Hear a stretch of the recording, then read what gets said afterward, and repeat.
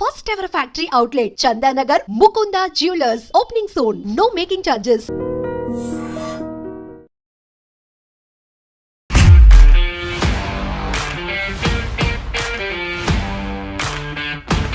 నమస్తే, నేను Kavitha. Welcome to I dream money matters with Anil AKV. Financial ప్లానింగ్లో ముఖ్యంగా వినిపించేది స్టాక్ మార్కెట్లు, బులియన్ మార్కెట్లు, షేర్లు, ఫండ్స్, ఇన్వెస్ట్మెంట్స్. ఇవన్నీ చాలామందికి అర్థం కాని ఒక పెద్ద పజిల్ లాగా, బ్రహ్మ పదార్థం లాగా కనిపిస్తుంటాయి. వాటి గురించి చాలా సింపుల్గా తెలుసుకోవాలంటే, అందులోనూ ఏబిసిడి నుంచి స్టార్ట్ చేయాలంటే ఏం చేయాలి? ఈ ఎపిసోడ్స్ని చూస్తే సరిపోతుంది. ఐ డ్రీమ్ కొత్త సిరీస్ని స్టార్ట్ చేస్తోంది, మనీ మ్యాటర్స్ విత్ అనిల్ ఏకేవితో. ఫైనాన్షియల్ ఎక్స్పర్ట్ అనిల్ గారు మనతో పాటుగా ఉన్నారు. అనిల్ గారు నమస్తే అండి. సో ఇప్పుడు మనకి యూజువల్గానే ఫైనాన్స్, మేనేజ్మెంట్, ప్లానింగ్, దాంట్లో మ్యూచువల్ ఫండ్స్ అనేవి ఉన్నాయి, ఇన్వెస్ట్మెంట్లు ఉన్నాయి. ఇవన్నీ కూడా చాలా వరకు పెద్ద క్వశ్చన్ మార్క్స్ లాగా కనిపిస్తూ ఉంటాయి కదా. సింప్లిఫైడ్ చేసి చూడాలి, అందరికీ అర్థమయ్యేలా చెప్పాలి. Right from the beginning, right from scratch అంటారు కదా, అక్కడి నుంచి స్టార్ట్ చేయాలి అంటే అన్నీ వాళ్ళకి అవైలబుల్గా చాలా సింప్లిఫైడ్గా, సింపుల్ టిప్స్ అంటారు, టెక్నిక్స్ అంటారు, వాటితో అర్థమయ్యేలా చెప్పాలి. ఏం చేద్దాం? అన్నీ చెప్దాం. Will train everything. ప్రతి విషయం కూడా క్షుణ్ణంగా వివరిద్దాం. ప్రతిదీ తెలుగులో మాట్లాడడానికి ప్రయత్నం చేద్దాం. ఓకే, సంపూర్ణమైన తెలుగులో తెలుగు వారి కోసము ఈ శీర్షికని, ఈ సిరీస్ని అందిద్దాం పూర్తి స్థాయిలో. బహుశా ఎంతసేపు పడుతుందో, ఎన్ని ఎపిసోడ్స్ పడుతుందో తెలియదు. బట్ మనం చేయాల్సింది ఏంటంటే, ఏదైనా సరే మధ్య మధ్యలో మిడిమిడిగా చెప్తే బాగోదు, కొద్ది కొద్దిగా చెప్తే బాగోదు. సంపూర్ణంగా, పరిపూర్ణంగా ఎడ్యుకేట్ చేయాల్సిన అవసరం మనకు కూడా ఉంది. ఒక ఎక్స్పర్ట్ లాగా, ఒక సామాజిక బాధ్యత అనుకోండి, లేకపోతే ఒక భావజాల వ్యాప్తి అనుకోండి. మొత్తానికి ప్రజలకు, చూసే వాళ్ళకు, ప్రేక్షకులకు, శ్రోతలకు, అందరికీ ప్రతి విషయాన్ని క్షుణ్ణంగా మనకున్న విచక్షణ పరిధిలో మన విజ్ఞానాన్ని, మన జ్ఞానాన్ని పంచాల్సిన బాధ్యత మనకుంది. ఆ పని చేద్దాం. స్వచ్ఛమైన తెలుగు భాషలో, మన అమ్మ భాషలో, మన మాతృభాషలో మాట్లాడుకుందాం. సో తెలుగువారందరం తెలుగే మాట్లాడాలి. తెలుగువారందరం తెలుగుని సగర్వంగా, గర్వంగా, మనం గొప్పగా భావిస్తూ, మన భాషని, మన తల్లిని మనం ఎలా ప్రేమిస్తామో మన మాతృభాషని అదే స్థాయిలో ప్రేమించి మన భాష కీర్తి పతాకాలు ఎగరేయాల్సిన అవసరం మనకి ఎంతైనా ఉంది. సీతక్క గారిని కొద్దిగా ఆవిడ గురించి చెప్పాల్సిన అవసరం వచ్చింది ఇప్పుడు. ఆవిడ నిన్ననో మొన్ననో తెలుగు అసెంబ్లీలో తెలుగులో సమాధానం చెప్పారు. చాలా గర్వంగా అనిపించింది. మన సోదరి మాన్యశ్రీ శ్రీమతి సీతక్క గారు, ఆవిడ పేరు అనసూయ అనుకుంటాను, ధన్సేరి అనసూయ గారు, శ్రీమతి ధన్సేరి అనసూయ గారు. సో ఆవిడ తెలుగులో నాకు తెలుగు వచ్చని చాలా గర్వంగా మాట్లాడారు. అటువైపున్న గౌరవ సభ్యులకు ప్రశ్నకు జవాబుగా అయితే ఆవిడ గురించి చెప్పాలి. ఆవిడ అజ్ఞాతం నుంచి వచ్చిన తర్వాత చదువు పట్ల అనురక్తితో, చదువు పట్ల ప్రేమతో తను లా చేశారు, ఎల్ఎల్బి చేశారు. దాని తర్వాత ఆవిడ పిహెచ్డి చేశారు. సో అయినా సరే ఎంతో నిరాడంబరంగా, ఎంతో సామాన్యంగా కరోనా సమయంలో 400-500 గ్రామాలు కాలినడకన వెళ్ళి పేద ప్రజలకు, గిరిజన తండాలకు తన సేవలు అందించారు. ఇప్పుడు మనం చెప్పే వరకు కూడా ఎవరికి తెలియదు, ఆవిడ డాక్టర్ సీతక్క అనే విషయం ఎవరికి తెలియదు. పిహెచ్డి చేశారు, పూర్తి చేశారు. సో డాక్టర్ సీతక్క గారికి గౌరవ వందనాలు తెలియజేస్తూ మనం ఈ ప్రోగ్రాం ప్రారంభిద్దాం. తెలుగులో మాట్లాడదాం. సో ఇప్పుడు మనం ఫైనాన్షియల్ మేనేజ్మెంట్, ప్లానింగ్లు, బులియన్ మార్కెట్లు, షేర్లు, స్టాక్ మార్కెట్లు, బుల్స్, బేర్స్, ఏమేమో వినిపిస్తూ ఉంటాయి. అవన్నీ మన సబ్జెక్ట్స్ కావేమో అనిపిస్తుంది. బట్ ప్రతిసారి అక్కడ కేంద్ర మంత్రి బడ్జెట్ పెట్టినప్పుడు మాత్రం ఎదురు చూస్తూ ఉంటాం. అర్థం కాకపోయినప్పటికీ ఏదో పెరుగుతోంది, ఏదో తగ్గుతుంది, మన కుటుంబానికి ఎంత భారం పడుతుంది, శాలరీడ్ పర్సన్స్కి, వేతన జీవులకి ఎంత ఎఫెక్ట్ పడుతుంది, ఇలాంటివి మాత్రమైతే అప్పుడు అనుకుంటాం. మనం ఏదో ప్లాన్ చేయాల్సినటువంటి అవసరం ఉంది, ఇయర్ని ఇలా ఎగ్జిక్యూట్ చేయాలి అనేది అనుకుంటాం. ఒక క్యాలెండర్, షెడ్యూల్స్ ఇవన్నీ పెట్టుకుంటాము. కాకపోతే ప్రాపర్గా ప్లానింగ్ అనేది అవసరం ఉంటుంది. ఆ ప్లానింగ్ అనేది ఎలా చేసుకోవాలి, మనకున్నటువంటి ఆదాయాన్ని మేనేజ్ ఎలా చేసుకోవాలి? అయితే మనము ఇదేం బ్రహ్మ పదార్థం కాదు, లేదా ఇదేమో అంతరిక్ష పదార్థం అస్సలు కాదు. బట్ నేను అదే చెప్పా, బ్రహ్మ పదార్థం అని చాలా మంది అనుకుంటారు, పెద్ద పజిల్ లాగా ఉంటుంది కాదు. అనేది కాదు. ఎందుకంటే మన జీవితంలో మనం పుట్టినప్పటి నుండి చివరి క్షణాల వరకు, అంతిమ క్షణాల వరకు మన జీవితంలో విడదీయరాని సబ్జెక్ట్ ఏదైతే ఉందో అది ఆర్థిక శాస్త్రమే. అవును. మనం అందరూ అనుకుంటాం ఆర్థిక శాస్త్రం ఏదో అంతరిక్ష శాస్త్రం అనుకుంటాము, ఏదో ఇంకేదో వింతైన శాస్త్రం అనుకుంటాం. కానీ మనకు తెలియకో ప్రతిరోజు మనము ఆర్థిక పాఠాల్లోనే ఉంటాము. మన జీవితంలో మనం చూసిన మొదటి ఆర్థిక శాఖ మంత్రి మన ఇంట్లో మన అమ్మగారే. Our mother is our first finance minister. So ఆవిడ అందరూ హోమ్ మినిస్టర్ అంటారు బేసికలీ తల్లిని, కానీ హోమ్ మినిస్టర్ కాదు ఆవిడ, యాక్చువల్లీ ఫైనాన్స్ మినిస్టర్ ఇంట్లో. సో ఎకనామిక్స్ అండ్ అఫైర్స్ అన్నీ కూడా ఆవిడే చూసుకుంటారు, తర్వాత హోమ్ మినిస్టర్ పాత్ర వహిస్తారు. సో ఆవిడ ఫస్ట్ ఫైనాన్స్ మినిస్టర్. ప్రతి విషయంలో ఇంట్లో కావాల్సిన సరుకులు కానివ్వండి, ఇంట్లో కావాల్సిన ఖర్చులు కానివ్వండి, దాదాపుగా మన అమ్మలే చూసుకుంటారు. అమ్మ తర్వాతనే ఇంకెవరైనా చూసేది అవి ఖర్చులు. నాన్న సంపాదించుకొని వస్తారు, బట్ ఖర్చులు మాత్రం అమ్మనే చూసుకుంటుంది. సో పొదుపు గురించి ఆవిడే మాట్లాడుతుంటుంది, పిల్లల సంరక్షణ గురించి ఆవిడే ఎక్కువ చింతిస్తుంది, ఖర్చు ఇంట్లో డబ్బులు దాయడం కానివ్వండి అన్నీ చూడడం. మన జీవితంలో అబ్బాయిలకు మా అందరికీ తెలిసిన మొదటి బ్యాంకు డిపాజిట్ లాకరు పోపుల డబ్బా. నాకు తెలిసినంత వరకు నా జీవితంలో నేను చూసిన ఫస్ట్ సేఫ్ డిపాజిట్ లాకర్ పోపుల డబ్బా. ఇది ఫస్ట్ అదే అనమాట. మా అమ్మ ఇక్కడ కిచెన్లో ఎక్కడ డబ్బులు దాచిపెట్టిందో మా అమ్మకన్నా ఎక్కువ నాకు తెలుసు. సో ఏ ఖర్చులు ఉన్నా సరే ఆ పోపు డబ్బాల్లోంచి వాడుకునే వాళ్ళం. సో మన ఇంట్లో మొదటి సేఫ్ డిపాజిట్ లాకర్ మనకు పోపుల డబ్బానే. సో దాని తర్వాతనే బ్యాంకులు, చెస్టులు, ఫిక్స్డ్ డిపాజిట్లు. సో మనందరం కూడా చిన్నప్పటి నుండి బై బర్తే మనం ఇందులో అంతర్భాగమై ఉంటాం. We are part of economics, we are part of financial management from the time we have taken birth. So మన పుట్టికే ఖరీదైంది. Our birth itself is expensive. అది ప్రభుత్వ ఆసుపత్రి అయినా లేకపోతే ప్రైవేట్ ఆసుపత్రి అయినా సరే ఏదైనా కానివ్వండి, our outcome itself is an expensive affair. So అదొక పండుగ వాతావరణం విషయం పక్కన పెడితే ఖర్చుతో కూడుకున్న వాతావరణం. ఎట్ ది సేమ్ టైం మన ఎగ్జిట్ కూడా అవుతుందో, మన ఇక్కడ నుంచి వెళ్ళిపోవడం కూడా, ఈ భూమి నుండి వెళ్ళిపోవడం కూడా అవుతుందో, అది కూడా ఖర్చుతో కూడుకున్న పనే. సో మన రాక ఖర్చుతో కూడుకుంది, పోక ఖర్చుతో కూడుకుంది. ఈ మధ్యలో ఉన్న ప్రహాసనం అవుతుందో, మన బ్రతకడం అవుతుందో అంతా డబ్బుతోనే ముడిపడి ఉంది. ఎవ్రీ మూమెంట్, ప్రతి క్షణం కూడా డబ్బుతోనే ముడిపడి ఉంది. సో మన పుట్టుక, మన చావు మధ్యలో డబ్బుని మనతో విడదీరాలేమో. We cannot make ourselves dispensable from money. We are indispensable from money. So డబ్బు అనేది మన జీవితంలో అతి ముఖ్యమైన భాగం, అతి ముఖ్యమైన బంధువు, స్నేహితుడు, శత్రువు ఏదైనా కావచ్చు. సో దాన్ని ఎలా ప్లాన్ చేసుకుంటాము ఏంటనేది తెలుసుకునే ముందు ఫస్ట్ డబ్బు అంటే ఏంటో తెలుసుకోవాలి. What is money? డబ్బు సంపాదిస్తున్నారు వీళ్ళు, లేకపోతే డబ్బును దాచిపెడుతున్నారు వీళ్ళు అని అందరు అనుకుంటూ ఉంటారు. డబ్బు మీద మోజు ఎక్కువ ఉందని. What is money actually? Money అనేది అవసరానికి ప్రతిరూపం. Money is the other face of our need. ఒక అవసరానికి ప్రతిరూపమే డబ్బు. సో ప్రతిరోజు ఏదో ఒక అవసరం ఎరేజ్ అవుతూనే ఉంటుంది, ఎన్నో రకాలుగా ఎరేజ్ అవుతూనే ఉంటుంది. మనం పుట్టినప్పటి నుంచి మరణించే వరకు కూడా, నిష్క్రమించే వరకు కూడా ప్రతిరోజు ఏదో రకంగా డబ్బు అవసరం పుడుతూనే ఉంటుంది. సో ఈ డబ్బు ఏదైతే ఉందో, ఈ మనీ ఏదైతే ఉందో, what you're talking money matters ఏదైతుందో, ఇది మన జీవితంలో అంతర్భాగమైన డబ్బు ఏదైతుందో దానికి రకరకాల రూపాలు ఉంటాయి. ఉదయం వెళ్ళగానే టూత్ బ్రష్ చేసుకుంటాము, అది డబ్బే. మొహం కడుక్కుంటాము, అది డబ్బే. టీ తాగుతాము, అది డబ్బే. బ్రేక్ఫాస్ట్ చేస్తాం, అది డబ్బే. లంచ్ చేస్తాం, అది డబ్బే. ఆఫీస్కి వస్తాం, ట్రావెల్, కారో, బస్సో, మెట్రోనో, అది డబ్బే. ఇంటికి వెళ్తాం, అది డబ్బే. రాత్రి భోజనం చేస్తాం, అది డబ్బే. టీవీ పెట్టుకొని చూస్తాం, అది డబ్బే. దాని ఖర్చులు కడతాం, అది డబ్బే. కరెంటు కడతాం, అది డబ్బే. So everything is money. దీని గురించి ప్రత్యేకంగా చెప్పాల్సిన అవసరం లేదు, చూసేవాళ్ళు కూడా తెలిసి ఇది ఎంత డబ్బుతో ముడిపడి ఉందని. బట్ ఇక్కడ మనం మాట్లాడుతుంది ఏంటంటే డబ్బుని ఎలా సంపాదించాలి, సంపాదించిన దాన్ని ఎలా పోగు చేయాలి, దాన్ని దాటి పోగు చేసే పద్ధతుల్లో డబ్బును సంపాదించే ప్రక్రియ గురించి మాట్లాడుతున్నాం. ఇంకో నెక్స్ట్ లెవెల్ గురించి మాట్లాడుతున్నాం. We're talking about money making money.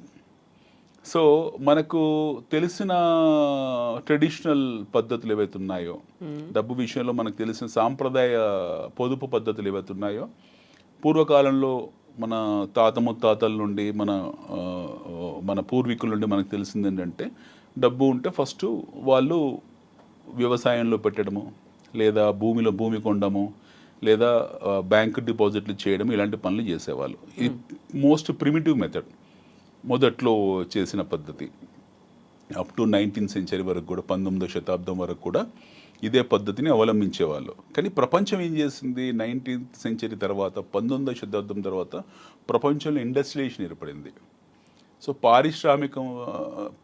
పారిశ్రామికరణ ఏర్పడింది. అదైతే ఎప్పుడైతే ఏర్పడిందో అప్పటికి మనలాంటి వెనకబడ్డ దేశాలు, లెటస్ టేక్ ఫ్రమ్ 1950 ఆన్వర్డ్స్, మన స్వాతంత్రం వచ్చిన తర్వాత నుంచి లెక్కేసుకుందాం. మన అంతకు పూర్వం ఏం జరిగిందనే విషయం పక్కన పెడదాము, ఆ తర్వాత నుంచి లెక్కేసుకుందాం. 1950 వచ్చేప్పటికి మనం చాలా అతిపేద దేశం, నిరుపేద దేశం మనది, వెరీ బ్యాక్వర్డ్ కంట్రీ. సో చాలా బ్యాక్వర్డ్ కంట్రీస్లో కొద్దిమంది మాత్రమే డబ్బున్న వాళ్ళు ఉండేవాళ్ళు. 1% సొసైటీ మాత్రమే డబ్బుండే సొసైటీ ఉండేది. మిగతా 99% సొసైటీ పేదవాళ్ళు ఉండేవాళ్ళు. There is nothing called as middle class section. ఆ రోజు మిడిల్ క్లాస్ సెక్షన్ అనేది ఏమీ లేదు. ఉండేది పేదవాళ్ళు, డబ్బున్నవాళ్ళు. ఈ 2 సెక్షన్స్లోనే ఉండేవాళ్ళం మనకు స్వాతంత్రం వచ్చిన తర్వాత.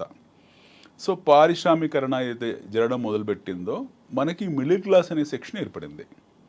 సో మొదట్లో మిడిల్ క్లాస్ సెక్షన్స్ 1950 to 1960 మధ్యలో ఉన్న middle class section around 5 to 7% ఉంటుంది మన దేశంలో. చాలా విచిత్రంగా ఉంటుంది వినడానికి కూడా. We think that we're middle class people, actually we're poor people. ఆ టైంలో we have only 2 category of economic societies. ఒకటి డబ్బున్న సొసైటీ, ఇంకోటి నిరుపేద సొసైటీ. పేదరికం కూడా కాదు, నిరుపేదరికం. ఆల్మోస్ట్ ఆల్ బీపీఎల్ కిందనే ఉండేది. 90% భారతదేశం బిలో పావర్టీ లైన్ కిందనే ఉండేది. అందులో 70% మందికి ఒకే పూట భోజనం చేసేవాళ్ళు ఈ 1950s ఆ టైంలో.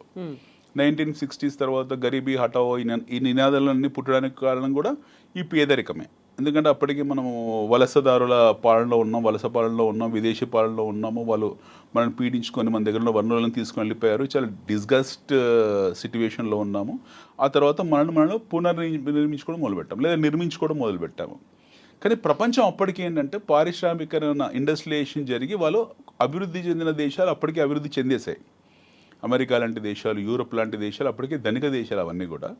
ఆసియా దేశాలు ఏవైతే ఉన్నాయో మనలాంటి దేశాలు అప్పుడే ఏర్పడ్డ భారతదేశం కావచ్చు, మనం ఇండియా, అప్పటికి బంగ్లాదేశ్, పాకిస్తాన్ అంతర్భాగమే మన దేశం కావచ్చు, మన కిందన్న శ్రీలంక కావచ్చు, అక్కడున్న వియత్నాము, అక్కడున్న even Japan for that matter వెనుకబడ్డ దేశం, చైనా చాలా ఆకలి కేకలతో ఉండే దేశము. సో ఇలాంటి ఆసియా దేశాలన్నీ కూడా చాలా వెనుకబడ్డ దేశాలు, ఆర్థికంగా చాలా వెనుకబడ్డ దేశాలు.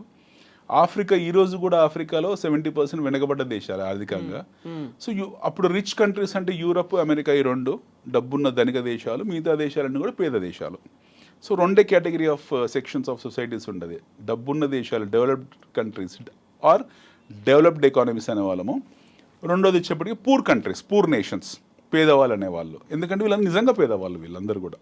1960s 1970s తర్వాత మొదటి పారిశ్రామిక విప్లవం ఏర్పడింది. ఎక్కడ? ఈ పేద దేశాల్లో. అప్పటికి అభివృద్ధి చెందిన దేశాలు వదిలేద్దాము, పేద దేశాల్లో, మనలాంటి పేద దేశాల్లో పారిశ్రామికరణ జరగడం మొదలుపెట్టింది. అమూల్ లాంటివి, ఆపరేషన్ ఫ్లడ్, ఆపరేషన్ వైట్ ఇలాంటివన్నీ కూడా అప్పుడే మొదలయ్యాయి. సో మొదటి పారిశ్రామిక విప్లవం, ఇండస్ట్రియల్ రెవల్యూషన్ ఏర్పడిన తర్వాత మనకు మిడిల్ క్లాస్ అనే సెక్షన్ మొదటిసారిగా వచ్చింది. అంటే ఉత్పత్తి వ్యవస్థ ఏర్పడము, చాలామంది వ్యవసాయం నుంచి ఉత్పత్తి వ్యవస్థ వైపు వెళ్ళడము, కార్మికులుగా మారడము, డైలీ వేజెస్ నుంచి వాళ్ళు మంత్లీ వేజెస్ వైపు వెళ్ళారు. అంటే డైలీ వేజెస్ వాళ్ళు మంత్లీ వేజెస్, సాలరీడ్ ఎంప్లాయీస్ కింద మారిపోయారు. సో లైఫ్ లిటిల్ సెక్యూర్ అయింది వాళ్ళకు. సో ఇలా కార్మిక రంగం ఒకటి ఏర్పడింది, వర్కింగ్ క్లాస్ ఏర్పడింది. దాని తర్వాత మనకు మళ్ళీ 1970s to 1980s మధ్యలో రెండో పారిశ్రామిక విప్లవం వచ్చింది మనకు, సెకండ్ ఇండస్ట్రియల్ రెవల్యూషన్. అప్పటికి మనం లైసెన్స్ రాజులోనే ఉండేవాళ్ళము, బట్ స్టిల్ మనకు పరిశ్రమలు ఏర్పడ్డాయి. ప్రపంచవ్యాప్తంగా ఉన్న పరిణామాలు ఏవైతున్నాయో మన మీద విపరీతమైన ప్రభావం చేయించి మనను కూడా ఇంకొక అడుగు ముందుకేసేలా చేసింది 1980 వరకు కూడా. 1990s తర్వాత ఏం జరిగింది? మనకు నూతన సరళీకృత ఆర్థిక విధానాలు రావడము, గ్లోబలైజేషన్ రావడము, ఫారెన్ డైరెక్ట్ ఇన్వెస్ట్మెంట్ రావడం, భారతదేశంలో రకరకాలుగా, మన దేశంలో రకరకాల ఉత్పత్తి వ్యవస్థలు ఏర్పడ్డాయి 1990s తర్వాత. సో మన నిజమైన ప్రయాణం, మన దేశం తాలూకు నిజమైన ప్రయాణం మొదలైంది 1991 తర్వాత. అంటే ఎగ్జాక్ట్లీ అరౌండ్ 44 years మన ప్రయాణం మొదలైంది. 33 years, 33-34 ఏళ్ళు అయింది మన ప్రయాణం మొదలై, మన దేశ ప్రయాణం, నిజమైన ప్రగతి మొదలయ్యి 33-34 సంవత్సరాలు, ఎంతగానే కాలేదు. సో ప్రపంచం గ్లోబ్లో మనం గ్లోబ్ తీసుకొని మనం ముందు పెట్టుకుంటే, పట్టం తీసుకొని ముందు పెట్టుకుంటే, మనం అన్ని దేశాల్లో చూసుకుంటే వాళ్ళందరూ 70 ఏళ్ళు, కొంతమంది 100 ఏళ్ళు, కొంతమంది 200 ఏళ్ళు, కొంతమంది కనపడతాయి మీకు. కానీ మన దేశం మాత్రం మన ప్రయాణం మటుకు మొదలై 30 సంవత్సరాలే. సో మన ప్రయాణం మొదలైన జస్ట్ 30 ఇయర్సే. ఈ 30 ఏళ్ళు, 33 ఏళ్ళు, 34 ఏళ్ళ ప్రయాణంలోనే మనం గొప్ప ప్రగతిని, గొప్ప అభివృద్ధిని సాధించాం. రాబో 20 ఏళ్ళు, 30 ఏళ్ళు, 40 ఏళ్ళలో ఇంకా అద్భుతమైన ప్రగతిని సాధిస్తాం మనం.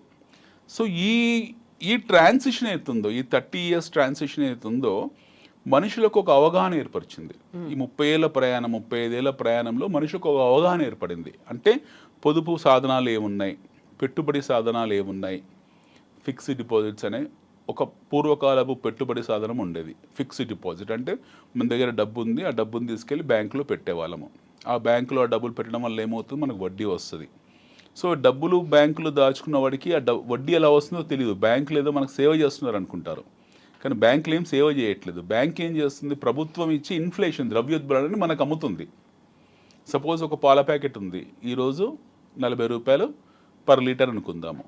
ఒక 7 ఏళ్ళ తర్వాత అది 80 రూపాయలు అయింది లీటరు. ఎందువల్ల పెరిగింది? ఇన్ఫ్లేషన్ పెరిగింది, ద్రవ్యోల్బణం పెరిగింది. సో ఈ ద్రవ్యోల్బణాన్ని ప్రభుత్వం ఏం చేస్తుంది, మనకు అమ్ముతుంది. ఏ రూపకంగా అమ్ముతుంది? ఫిక్స్డ్ డిపాజిట్ రూపకంగా బ్యాంకుల ద్వారా అమ్మిస్తుంది. మీడియా ఎవరి మధ్యలో? బ్యాంక్. సో బ్యాంక్ ఏం చేస్తుంది, మనకు మీరు మా దగ్గర డబ్బులు దాచిపెట్టుకోండి, ఆయన డబ్బులు దాచిపెట్టుకుంటే మీకు 6-7 ఏళ్ళకో మీకు డబ్బులు ఇచ్చేస్తామని చెప్తున్నారు. But they're actually selling inflation. So మనం పెట్టిన 1,00,000 రూపాయల బ్యాంకులో ఒక 6-7 ఏళ్ళ తర్వాత 2 లక్షలు మనం తీసుకొని మనం బయటకు వచ్చిన తర్వాత ఏదైనా వస్తువు కొనుక్కుంటే అన్ని డబుల్ అయి ఉంటాయి. సో ఒక 7 ఇయర్స్ తర్వాత మన డబ్బు డబుల్ అయింది. బట్ బయటకు వచ్చిన తర్వాత వస్తువు కొనుక్కుందాం అనుకున్న వస్తు సేవలు ఏవైతుంటే వాడు వినియోగించుకోవాలనుకున్నప్పుడు ఆ వినిమయ ఖర్చు కూడా మనకు డబుల్ అయి ఉంటుంది. సో నెట్ మనం లాస్ అయిపోయాం. సో ఈ గ్యాప్లో ఏం చేస్తాం, మనం డబ్బుని పొదుపు చేసుకున్నాం బ్యాంకులో, అనుభవించలేకపోయాం దాన్ని, ఇంకో సాధనాల్లో దాన్ని డైవర్ట్ చేయలేకపోయాము, ఇంకో సాధనాల్లో అందులో పెట్టి దాన్ని ఆ డబ్బుని వృద్ధి చేయలేకపోయాము. మనం ఇన్ఫ్లేషన్ కొనుక్కున్నాము, ద్రవ్యోల్బణం కొనుక్కున్నాము. తిరిగి చూస్తే ఏంటంటే వినిమయ శక్తిని మనం ఎప్పుడైతే ఉత్పత్తి వ్యవస్థ వైపు మళ్లించాలని చూసామో, లేదా ఏదైనా వస్తువు కొనుక్కోవాలి, ఆ సేవ పొందాలని చూసామో, మనకు వస్తువు ధరలు డబుల్ అయిపోయాయి. సో మనం లాస్లో ఉన్నాం కంపారిటివ్లీ. సో ఇది ఫస్ట్ ఆర్థోడాక్స్ సాంప్రదాయబద్ధమైన పెట్టుబడి, ఫిక్స్డ్ డిపాజిట్. ఇన్ఫ్లేషన్ ఉన్న దేశాలు, అదే డీఫ్లేషన్ దేశాలు కొన్ని ఉంటాయి మనకు. డీఫ్లేషన్ దేశాలు అంటే వాళ్ళకు ద్రవ్యోల్బణం ఉండదు. సో మనం తీసుకెళ్ళి బ్యాంకులో డబ్బు పెట్టుకున్నా సరే వాటికి ఉపయోగం లేదు, వాళ్ళు ఏం మనకు వడ్డీలు ఇవ్వరు. ఉదాహరణకు జపాన్ ఉంది ఫర్ ఎగ్జాంపుల్. 1945లో రెండో ప్రపంచ యుద్ధం సమయంలో పూర్తిగా ధ్వంసం అయిపోయింది. Hiroshima Nagasaki 1945 August 6th 8th రోజు ఆ 2 నగరాలన్నీ పూర్తి స్థాయిలో ధ్వంసం చేశారు. దాదాపుగా సర్వనాశనం అయిపోయిన దేశం అది జపాన్. కాకపోతే వాళ్ళు తర్వాత కాలంలో అద్భుతంగా ప్రగతిని సాధించారు. ఓడల మీద వ్యవసాయం చేశారు, ఇసుక నింపి. స్థలం సరిపోకపోతే వాళ్ళు సముద్రాన్ని కొద్దిగా ముందుకు ఆక్రమించి కబలించారు. ప్రతిరోజు వాళ్ళకు భూకంపాలు వస్తాయి. రెక్టర్ స్కేల్ మీద 7-8 డిగ్రీలు ప్రతిరోజు భూకంపాలు వస్తాయి. వాళ్ళు టెక్నాలజీ కనుక్కున్నారు, అయినా సరే 100 అంతస్తుల బిల్డింగ్ కట్టుకోగలిగారు. సో వాళ్ళ ప్రగతిని సాధించగలిగారు. సో ఒక ప్రగతి ఎప్పుడైతే దేశము గొప్ప ప్రగతిని సాధించిందో, డెవలప్మెంట్ ఇండెక్స్లోకి దూసుకొని వెళ్ళిపోయిందో, సో అక్కడ ప్రభుత్వంలో ఇన్ఫ్లేషన్ లేదు. సో మనం తీసుకెళ్ళి బ్యాంకులో డబ్బులు పెట్టినా సరే బ్యాంక్ ఏమంటారు వాళ్ళు, బాబు మీ డబ్బులు మాకు అవసరం లేదు, మేమేం ద్రవ్యోల్బణం అమ్మట్లేదు, మీరు మా దగ్గర డబ్బులు పెట్టారు కాబట్టి. I'm talking about some time back. ఒకప్పుడు జపాన్లో పరిస్థితి, మీరు మా లాకర్ వాడుకుంటున్నారు కాబట్టి లాకర్ ఫీజు ఇవ్వాలి. So if you're depositing your money in bank, you have to pay the fees. ఎందుకంటే మేము సెక్యూరిటీ ఇస్తున్నాం కాబట్టి మీరు మాకు పే చేయాలి. పార్కింగ్ లాట్లో మనం కారు పెట్టేస్తే గంటకు 2 గంటలకు 20 రూపాయలు, 50 రూపాయలు, 100 రూపాయలు ఎలా వసూలు చేస్తారో అలా డబ్బులు వసూలు చేసేవాళ్ళు. So they are not in need of public money. వాళ్ళ పబ్లిక్ డబ్బుతో అవసరం లేదు. సో మనం అభివృద్ధి చెందుతున్నామన్న ముసుగు మీద పేద దేశమైన మనలాంటి వాళ్ళు ఏం చెప్పేవాళ్ళంటే, మీరు మా దగ్గర డిపాజిట్లు పెట్టండి చెప్పి అడ్వర్టైజ్మెంట్లు ఇచ్చుకునే వాళ్ళం. ప్రతి ప్రభుత్వ రంగ బ్యాంక్ అయినా తీసుకుంటే అన్ని అడ్వర్టైజ్మెంట్లు ఇచ్చేవాళ్ళు. మా దగ్గర పెట్టండి 7.5%, 8% ఇలా పెట్టేవాళ్ళు.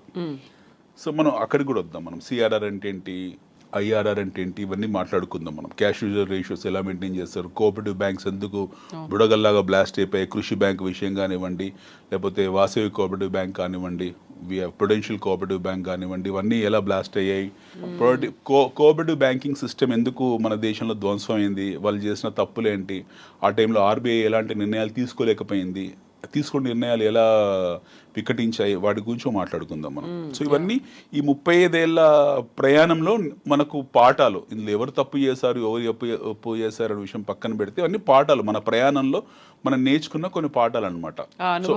అనుభవాలు తర్వాత కాలంలో ఉపయోగపడి ప్రభుత్వం తన నిర్ణయాలని బలంగా చేసుకునే ఏర్పాటు చేసుకుంది. సో అందులో తప్పు ఒప్పు ఏమీ లేదు. నిర్ణయాలు మార్చుకునే ప్రక్రియలు అంటే నిర్ణయాన్ని బలంగా చేసుకునే ప్రక్రియలో కొన్ని పొరపాట్లు జరుగుతాయి.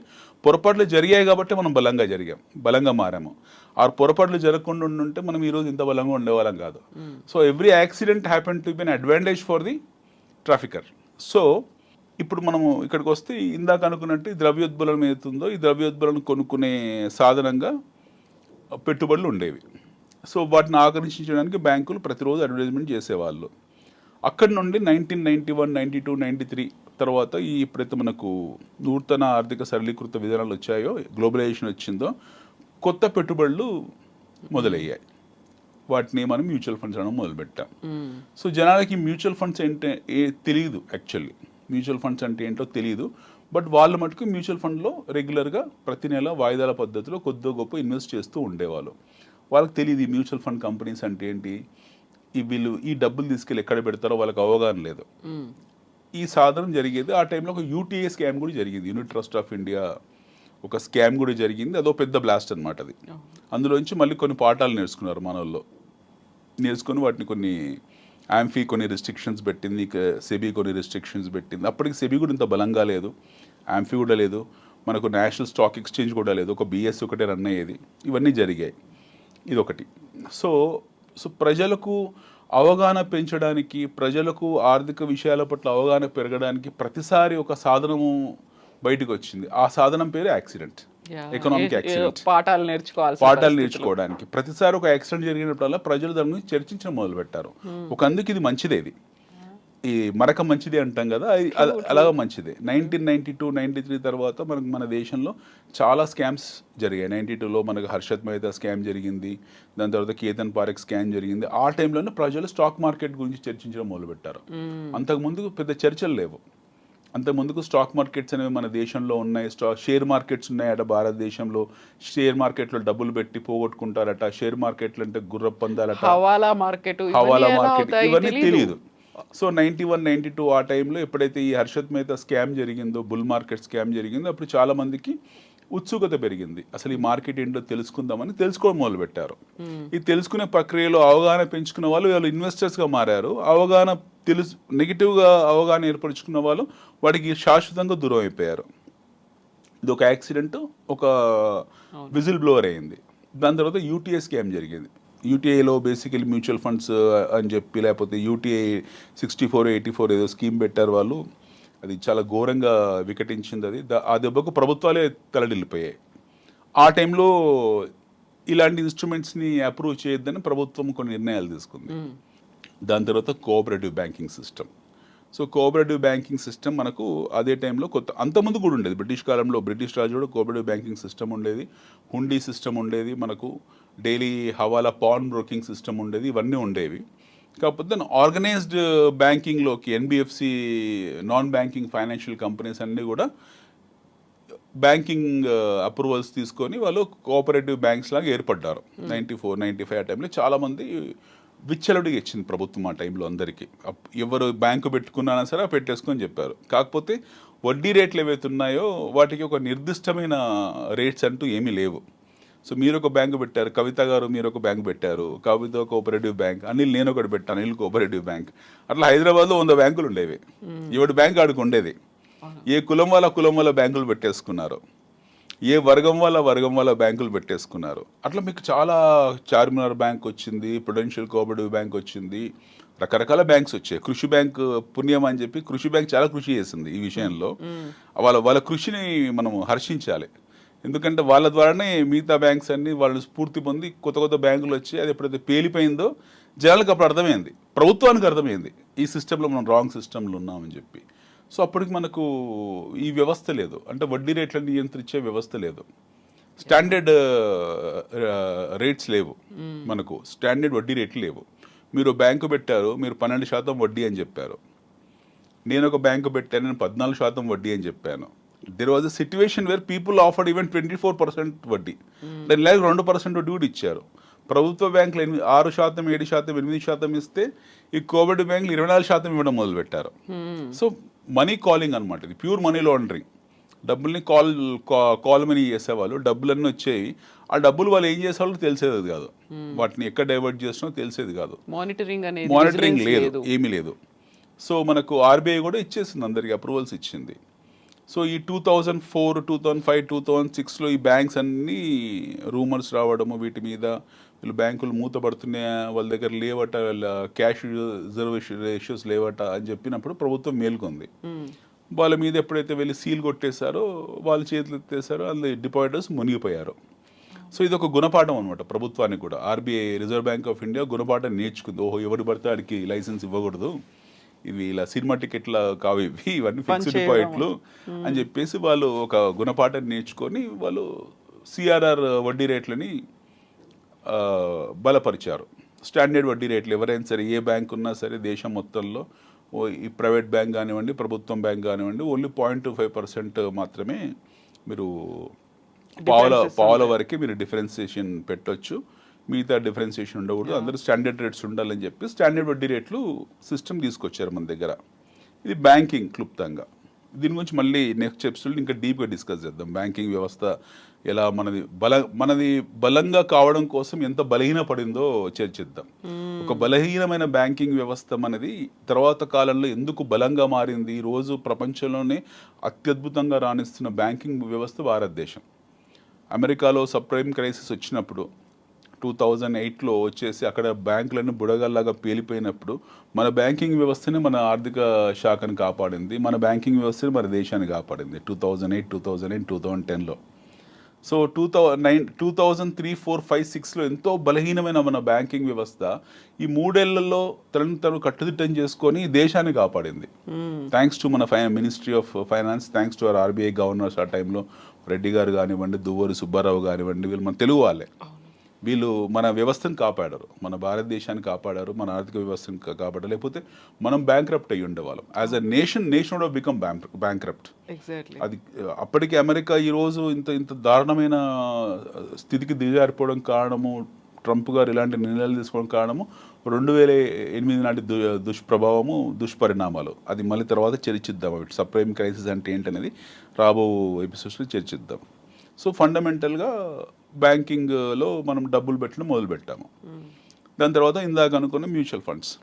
ఈ మ్యూచువల్ ఫండ్స్లో జనాలు ఎప్పుడైతే దీని పట్ల అవగాహన పెంచుకోవడానికి కారకులైన అతి ముఖ్యమైన వ్యక్తి హర్షద్ మెహతా. సో దలాల్ స్ట్రీట్లో జరిగిన గొప్ప కుంభకోణం ఏమవుతుందో 1992 స్కాము, అది ప్రజలకు విజిల్ బ్లో చేసింది. దీని గురించి చర్చించండి, దీని గురించి ఆలోచించండి అని చెప్పి ప్రజలకు ఒక అవగాహన ఏర్పరిచింది. So people started thinking about what is stock market. So stock market అనే బదులు అందరూ షేర్ మార్కెట్ అనేవాళ్ళు. షేర్లు అనేది యాక్చువల్గా షేర్ మార్కెట్ అనకూడదు, అది స్టాక్ మార్కెట్ అది. సో ఈ షేర్ మార్కెట్ గురించి తీవ్రమైన చర్చలు జరిగేవి.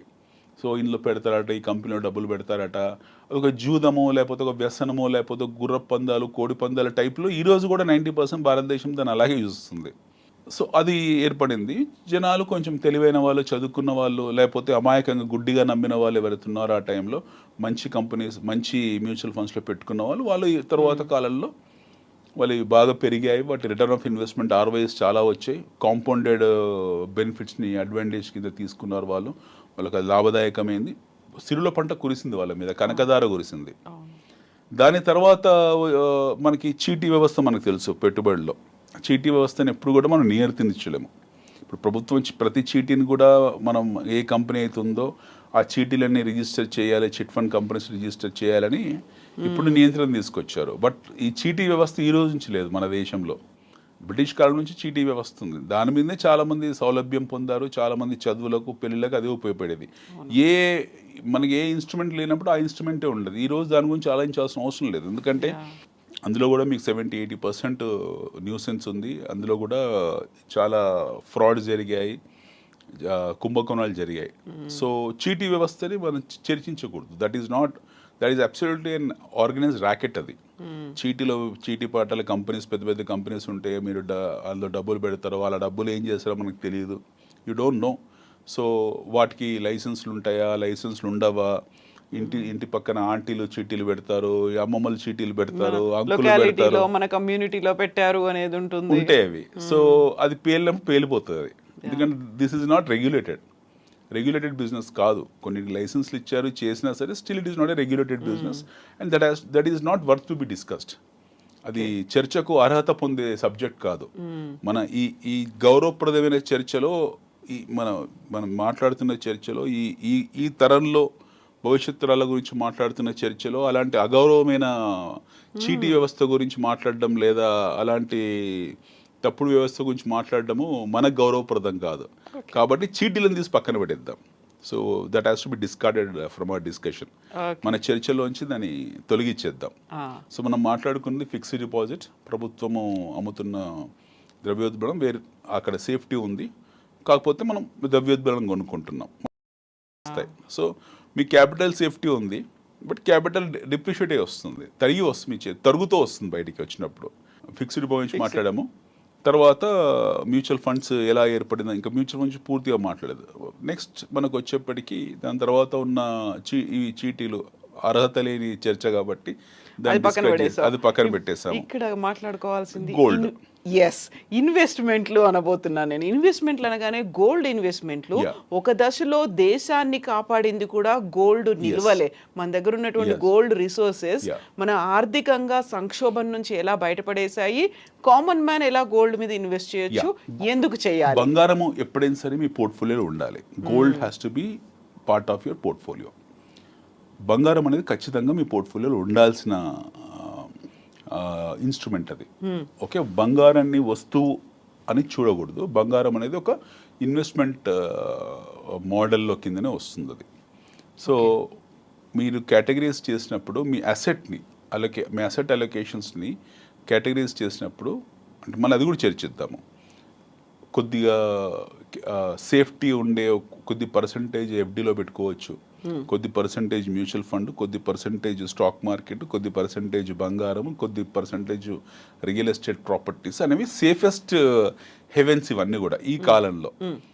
రాబో కాలంలో వచ్చే 20 ఏళ్ళు 30 ఏళ్ళ తర్వాత ఎలా ఉంటుందో మనకు కూడా వాటి ఎలా ఉంటుందో తెలియదు కాబట్టి, బట్ యాజ్ ఆఫ్ నో ఇవి సేఫెస్ట్ హెవెన్స్ అనమాట.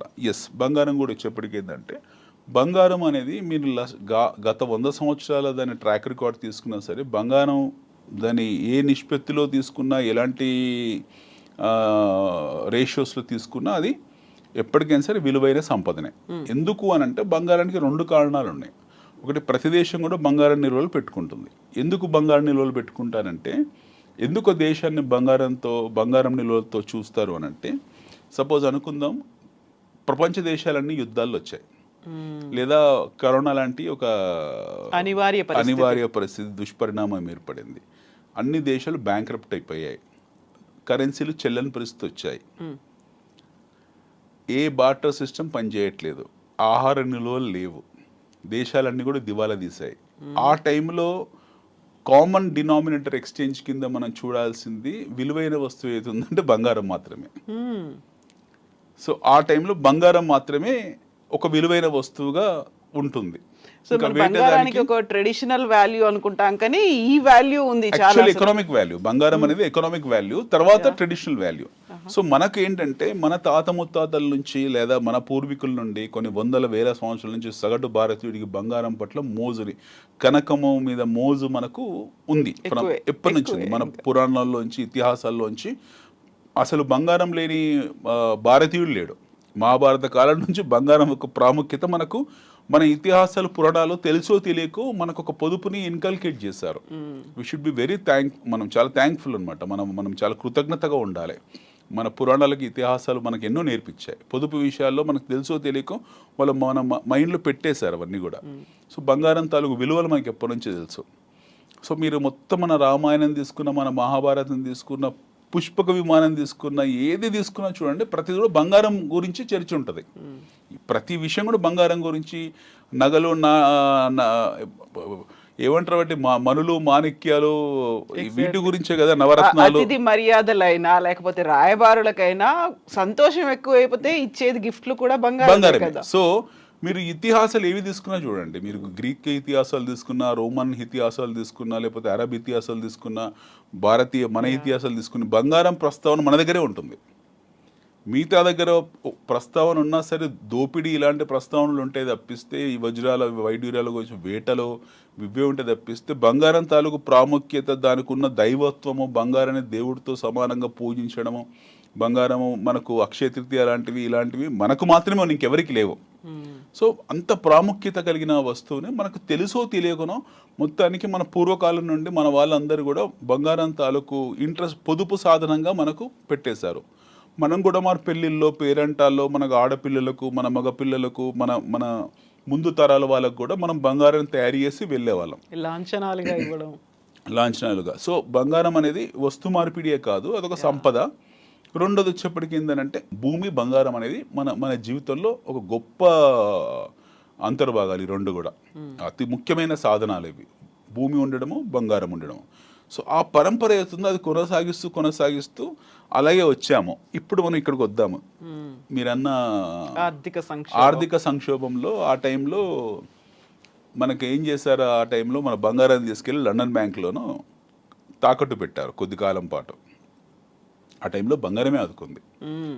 సో ఇక్కడ మనం చర్చించాల్సిన విషయం ఏంటంటే, ప్రపంచవ్యాప్తంగా అన్ని దేశాల దగ్గర ఎంత బంగారం ఉందో, నిల్వలు ఎంత ఉన్నాయో రికార్డ్ ఉంది. There is a proper record of gold reserves. అమెరికాలో గోల్డ్ ఎంత ఉంది, చైనాలో గోల్డ్ ఎంత ఉంది, సౌదీలో గోల్డ్ ఎంత ఉంది, దుబాయ్లో గోల్డ్ ఎంత ఉంది, ప్రాపర్ రికార్డ్స్ ఉంది. ఎందుకంటే వీళ్ళ రికార్డు లాస్ట్ 100-200 ఇయర్స్ రికార్డ్స్ ఇవన్నీ కూడా. 100-150 సంవత్సరాల క్రితం నాటి రికార్డ్స్. వీళ్ళు ఈ బంగారాన్ని పోగేసుకోవడం మొదలుపెట్టిందే ఈ 100-150 సంవత్సరాల నుండి. కానీ భారతదేశంలో, మన స్వదేశంలో బంగారం నిల్వలు వచ్చేసి ఈ రోజు నుంచి కాదు, కొన్ని వేల సంవత్సరాల నుంచి ఉన్నాయి. ఎంతోమంది దురాక్రమణ పరులు వచ్చేసి కొల్లగొట్టుకుని వెళ్ళారు. ఇక్కడ మనము చివరిసారి కూడా చర్చించుకున్నాము. సోమనాథ్ ఆలయం కూడా బంగారం కోసం వాడు వచ్చి గజని వచ్చి కొల్లగొట్టుకుని వెళ్ళాడు, గోరి వచ్చి కొల్లగొట్టుకుని వెళ్ళాడు. ఇట్లా మన దగ్గర నుంచి ఎంతోమంది బంగారాన్ని కొల్లగొట్టుకుని వెళ్ళినా సరే మన దగ్గర ఉన్న బంగారం విలువ ఎంతో మనకు తెలియదు. ఒక ఆలయంలోనే మనకు తిరువనంతపురంలోని ఆలయంలోనే, స్వామివారి ఆలయంలోనే కొన్ని వేల టన్నుల బంగారము, వజ్రాలు, వైడూర్యాలు, మాణిక్యాలు ఉన్నాయట. అలాంటి ప్రతి ఆలయంలో కొన్ని లక్షల కోట్ల రూపాయల విలువైన బంగారం ఉంది. ఎట్ ది సేమ్ టైం అదే కాకుండా మనము డొమెస్టికల్లీ ప్రతి కుటుంబం దగ్గర ఎంత ఉందో లెక్కలేదు. సో బంగారం అనేది ఎప్పటి నుంచో మన దగ్గర అలా పొందుపరుస్తూ వచ్చారు. సో ప్రభుత్వ లెక్కలకు ప్రజల దగ్గర ఉన్న బంగారానికి అసలు సంబంధమే లేదు. మన ప్రభుత్వ లెక్కలు ఆడిట్ అకౌంట్లో ఉన్న గోల్డ్ ఎక్స్ అనుకుంటే ప్రజల దగ్గర ఉన్న గోల్డ్ X10 X20 ఉండి ఉంటుంది. సో ప్రపంచంలో అత్యంత ఎక్కువ విలువైన బంగారం నిలువలు మన దేశంలోనే ఉన్నాయి. ఇంక ప్రపంచంలో ఈ భూమండలం మీద ఎవరి దగ్గర లేదు అంత బంగారం నిలువలు. సో అత్యంత ఎక్కువ బంగారం నిల్వనున్న దేశం మనదే. సో ఆ బంగారం ఏమవుతుందో కాలక్రమంలో ఏమైంది, ఆ బంగారము దాని విలువ పెరుగుకుంటూ పోయింది. ఒకటి ఈ గోల్డ్ని ఏం చేశారు, గోల్డ్ని బేస్ చేసుకొని కరెన్సీ ముద్రణ జరుగుతుంది. ఇది మనం ఫస్ట్ తెలుసుకోవాల్సిన విషయము. There is something called as gold reserves. మనం గోల్డ్ రిజర్వ్స్ని బేస్ చేసుకొని కరెన్సీ ముద్రణ జరుగుతుంది. కరెన్సీ ముద్రణ ఎందుకు జరుగుతుంది బంగారాన్ని బేస్ చేసుకొని అంటే, వేరే దేశాల ఇతర దేశాలు అంటే సింప్లిఫైస్ చెప్తున్నాను. I'm not talking about pure economics. నేను ఎకనామిక్ టర్మ్స్ మాట్లాడితే చాలా మందికి అర్థం కాదు. సో చాలా సింప్లిఫై చేసి జనాలకు అర్థమయ్యే విధంగా చెప్తున్నాను. బంగారం విలువని దృష్టిలో పెట్టుకొని ప్రింట్ చేస్తాం, మనం నోట్లని ప్రింట్ చేస్తాం. అంటే నోట్లను ప్రింట్ చేయడానికి రకరకాల కారణాలు ఉన్నాయి, ప్రమాణాలు ఉన్నాయి. బట్ బేసిక్ ఏంటంటే ట్రెడిషనల్గా, ఆర్థోడాక్స్గా, సాంప్రదాయబద్ధంగా బంగారాన్ని దృష్టిలో పెట్టుకొని నోట్ల ముద్రణ జరిగేది. ఎందుకంటే ఒక దేశంతో మనం వ్యాపారం చేసాం, వాడు అంటే అయ్యా మీ దేశంలో నోట్లు ఇచ్చావు బాగానే ఉంది, రేపు పొద్దున్న నోటు చెల్లని పరిస్థితిలో నాకేమి ఇస్తావు, నువ్వు 1,00,000 రూపాయలు నోట్లు ఇచ్చావు, 1,00,000 రూపాయలు రేపు చెల్లలేవు, నువ్వు దివాలా తీసావు, అప్పుడు ఏంటి పరిస్థితి అంటే, అయ్యా నా దగ్గర 1,00,000 రూపాయలు విలువైన బంగారం ఉంది చూసుకో అని చెప్పి ఈ 1,00,000 రూపాయలు విలువైన బంగారాన్ని నా దగ్గర ఒక మార్టిగేజ్లో చూపించి 1,00,000 రూపాయల నోట్లను ముద్రించేవాడిని. అర్థమైంది కదా? సో 1,00,000 రూపాయల విలువైన బంగారం నా దగ్గర ఉండేది. ఆ 1,00,000 రూపాయల విలువైన బంగారాన్ని నేను నోట్ల ద్వారా ముద్రించి పంచేవాడిని, అంటే వస్తు మార్పిడి కింద పంచేవాడిని. సో కాలక్రమంలో ఏమైందంటే ఈ కరెన్సీ నోట్లు దీనికి ప్రమాణాలు మారాయి, స్టాండర్డ్స్ మారాయి. ఓకే, అసెట్ అలొకేషన్స్ అనేవి మారాయి కాబట్టి తర్వాత లెక్కలు మారాయి. నా దగ్గర బంగారం రిజర్వ్స్ 20%కు నేను 20x500 ప్రింట్ చేసుకునే వెసులుబాటు ఏర్పరచుకున్నాను. Trade, commerce, trade deficit, economics, micro economics, GDP ratios ఇవన్నీ వచ్చి బంగారము స్టిల్ ఉంది. కాకపోతే మిగతా ఫ్యాక్టర్స్ కూడా ఇన్ఫ్లుయెన్స్ చేసి ముద్రణ ఎక్కువైపోయింది. ఇప్పుడు అమెరికా ఉంది ఫర్ ఎగ్జాంపుల్. అమెరికా వాళ్ళ దగ్గర ఉన్న బంగారం విలువలకు ఆల్మోస్ట్ 20% ముద్రణ చేశారు నోట్లని. సో ఎందుకనంటే వాళ్ళ కారణాలు వాళ్ళకు ఉన్నాయి. స్టిల్ వాళ్ళ డాలర్ డామినేషన్ ఉంది, అక్కడికి కూడా వద్దాం చర్చలో. సో అలాగా బంగారం ఒక ఇంపార్టెంట్ సాధనం మనకు. సో బంగారం ఎంతవరకు ఉండాలి అని మనం అనుకున్నప్పుడు ఒక వ్యక్తి అతని జీవితకాలంలో బంగారం సంపాదించడంలో ఒక 20% అసెట్ అలొకేషన్ గోల్డ్కి పెట్టాల్సిందే. You have to allot around 15 to 20% towards gold. 15-20% బంగారానికి అలొకేట్ చేసుకోవాల్సిందే. నేను సాధారణ మధ్యతరగతి వ్యక్తిని దృష్టిలో పెట్టుకుని మాట్లాడుతున్నాను, రిచ్ క్లాస్ కోసం మాట్లాడట్లేదు. సాధారణ మధ్యతరగతి వ్యక్తిని ఎవరైతే మెజారిటీ ఉన్నారో, మెజారిటీ మన ఇండియాలో ఉన్న 70% మెజారిటీని దృష్టిలో పెట్టుకొని మాట్లాడుతున్నాం. మన తెలుగు వాళ్ళలో ఎక్కువ మందికి బంగారం పట్ల మోజు ఉంటుంది కాబట్టి వాళ్ళని దృష్టిలో పెట్టుకొని చెప్తుంది. 15-20% గోల్డ్ కింద అసెట్ని అలొకేట్ చేసుకుని ఎప్పుడైనా సరే శాస్త్రీయం, అది శాస్త్రబద్ధం. ఒకటి మనం అనుకుంది మొదట్లో ఫిక్స్డ్ డిపాజిట్ కొద్ది పర్సంటేజ్ అందులో ఉండాలి, కొద్ది percent, very little percent fixed డిపాజిట్లో ఉండాలి ఇన్ టర్మ్స్ ఆఫ్ ఎమర్జెన్సీ ఉన్నప్పుడు. తర్వాత వచ్చేసి మ్యూచువల్ ఫండ్ కొద్దిగా మీరు పెట్టుకోవాల్సి ఉంటుంది. నెక్స్ట్ బంగారం గురించి మాట్లాడాం మనం. You spoke about gold. ఒక సాధనంగా బంగారం అనేది ఒక పెట్టుబడి సాధనంగా ఖచ్చితంగా బంగారం ఉండాలి. సో 5% పడిందా, 6% పడిందా, 10% పడిందా మనకు సంబంధం లేదు. బంగారం గ్రాఫ్ గత 100 సంవత్సరాలు తీసుకుంటే మీరు పెరుగుకుంటూ పోతూనే ఉంది. ఇప్పుడు ఒక ప్రశ్న, మౌలికమైన ప్రశ్న వస్తుంది, బంగారం ఉత్పత్తి పెరుగుతేలాగా. మొన్న రాశారు మనకు ఒరిస్సాలో ఏదో బంగారం నిధులు కనబడ్డాయని పేపర్లో ఇక్కడ చూశాను నేను. పాకిస్తాన్లో బంగారం నిల్వలు ఉన్నాయి అని ఎవరు రాశారు. సో ఇవన్నీ ఏంటంటే ఒకవేళ ఉన్నాయి అనుకుందాము, ఈ బంగారం ధర కన్నా కూడా కాస్ట్ ఆఫ్ ఎక్స్కవేషన్ అవుతుందో, అంటే బంగారాన్ని వెలికి తీసే ప్రక్రియ అవుతుందో, ప్రహాసనం అవుతుందో, ఇది బంగారం కన్నా ఖరీదైంది. సో బంగారం వెలికితీత ప్రోగ్రామ్ అయితే ఉంటుందో అది బంగారం కన్నా ఖరీదు. ఈరోజు అనుకుందాం ఒక గ్రామ్ బంగారం 8,000 ఎంతో ఉంది. సో ఒక గ్రాము బంగారం వాడు వెలికి తీయాలి, శుద్ధి చేసి మార్కెట్లో తీసుకోవడానికి 10,000 అవుతుంది. అప్పుడు దాన్ని ఆ ఫామ్లోకి తీసుకురావాలంటే మనకు ఆ రేట్ అవుతుంది. సో అందువల్ల ఏంటి, ఒకవేళ మన దగ్గర బంగారం ఉన్నా సరే, ఈరోజు బంగారము మన దగ్గర నిలువలు ఉన్నా సరే, ఖనిజాలు ఉన్నా సరే భూగర్భంలో, వాటికి ఆ వెలికితీత ప్రోగ్రాము, ఆ వెలికితీత కార్యక్రమం నిజమైన బంగారం కన్నా కూడా ఖరీదైంది. సో ఇప్పుడున్న కాలంలో బంగారాన్ని తక్కువ చౌక ధరకు వెలికి తీసేంత టెక్నాలజీ మనకు లేదు, భవిష్యత్తు ఉంటుందో మన నమ్మకం లేదు. సో భూగర్భంలో ఎక్కడో ఉంటుంది, అది భూ పొరల్లో ఎక్కడో ఉంటుంది. దాని తాలూకు ఎక్విప్మెంట్స్ కానివ్వండి, దానికి తాలూకు ఇన్స్ట్రుమెంట్స్ కానివ్వండి లేవు ప్రస్తుతానికి. సో ఒకవేళ మన దగ్గర ఒరిస్సాలో బంగారం దొరికినా, లేకపోతే పాకిస్తాన్లో బంగారం దొరికినా అవన్నీ ఉత్తవే. బంగారం ఏదైతుందో ఈ రోజు ఉన్న నిల్వలే ఈరోజు భూమి మీద మనకు అవైలబిలిటీ ఉన్నంత వరకు కూడా మనిషి వెళ్ళి తవ్వగలిగినంత బంగారం ఈరోజు తవ్వేశారు. మనకు 2 గొప్ప గనులు ఉండేవి. ఒకటి కోలార్ గోల్డ్ మైన్స్ ఉండేవి మన కర్ణాటకలో, తర్వాత హట్టి గోల్డ్ మైన్స్ ఉంది ఇక్కడ కర్ణాటకలో. 2 కర్ణాటకలోనే. అవి 2 హట్టి గోల్డ్ మైన్స్ మనకి యాక్చువల్లీ గోల్కొండ మైన్స్ కిందే వచ్చేది ఒకప్పుడు మన నిజాం రాజులు పరిపాలించినప్పుడు. ఈ మన దక్కన్ పీఠభూమిలోనే వచ్చేది హట్టి గోల్డ్ మైన్స్. మనకు చాలా దగ్గర, దూరం కూడా కాదు, వెరీ నియర్ టు అస్. 2వి కోలార్. ఈ 2టిని తవ్వేశారు. ఇంకా అందులో ఏమీ లేదు బయటికి తీయడానికి. ఇప్పుడు KGF మూవీలో చూపించారు, అది కొద్ది అంతా అవన్నీ వత్తవే మూవీస్. బట్ బ్రిటిష్ వాళ్ళు కోలార్ గోల్డ్ మైన్స్ మొత్తం తవ్వేశారు. అక్కడ ఏం లేదు, అక్కడ nothing, there is nothing, zero అనమాట. హట్టి గోల్డ్ మైన్స్ అవుతుందో అది కూడా మొత్తం తవ్వేశారు, అక్కడ కూడా ఏమీ లేదు. సో మన దగ్గర మన దేశంలో ఉన్న నిలువల్లో ఆల్మోస్ట్ 99% తవ్వకం జరిగింది, వెలికితీత జరిగింది, అది వాడకంలోకి వచ్చేసింది. సిమిలర్లీ మీకు ఆఫ్రికాలో ఉన్న గోల్డ్ మైన్స్ ఏవైతున్నాయో అవి కూడా తవ్వేశారు. ఇప్పుడు ఈ రోజు కాదు, దాదాపు 100 సంవత్సరాల క్రితమే వీటి తవ్వారు.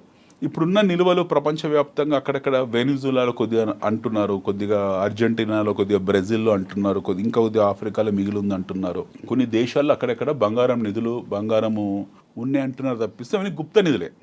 ఆ వెలికితీత అనేవి మనం వెళ్ళి గుప్త నిధుల కోసం తవ్వకాలు చేసినట్టే తప్పిస్తే అది వర్చువల్గా ఇన్ రియాలిటీ వచ్చేది ఏమీ లేదు అందులో. సో ఈ ప్రయత్నాలు జరిగాయి, ఫెయిల్ అయిపోయారు. అన్ని దేశాలు కూడా, ఆస్ట్రేలియాలో చాలా ప్రయత్నాలు జరిగాయి బంగారం వెలికితీత కోసం. గోల్డ్ హంటింగ్ ఆస్ట్రేలియా బాగా చేశారు, కొలరాడోలో గోల్డ్ హంటింగ్ బాగా చేశారు. మనకి ఇక్కడ అమెరికాలో మూవీస్ వచ్చాయి, మీకు మెకనస్ గోల్డ్ లాంటి మూవీస్ వచ్చాయి గోల్డ్ హంటింగ్ మీద. గోల్డ్ హంట్, గోల్డ్ కోస్ట్ ఇలాంటి చాలా మూవీస్ ఉంటాయి మీకు. వాటి మీద జరిగినన్ని కౌబాయ్ మూవీస్, వెస్ట్ మూవీస్ ఇంకెక్కడ, క్లాసిక్ వెస్ట్ మూవీస్ ఇంకెక్కడ లేవు. సో గోల్డ్ అనేది ఆల్మోస్ట్ ఆల్ ఎక్స్టింటెడ్, అంతరించిపోయింది.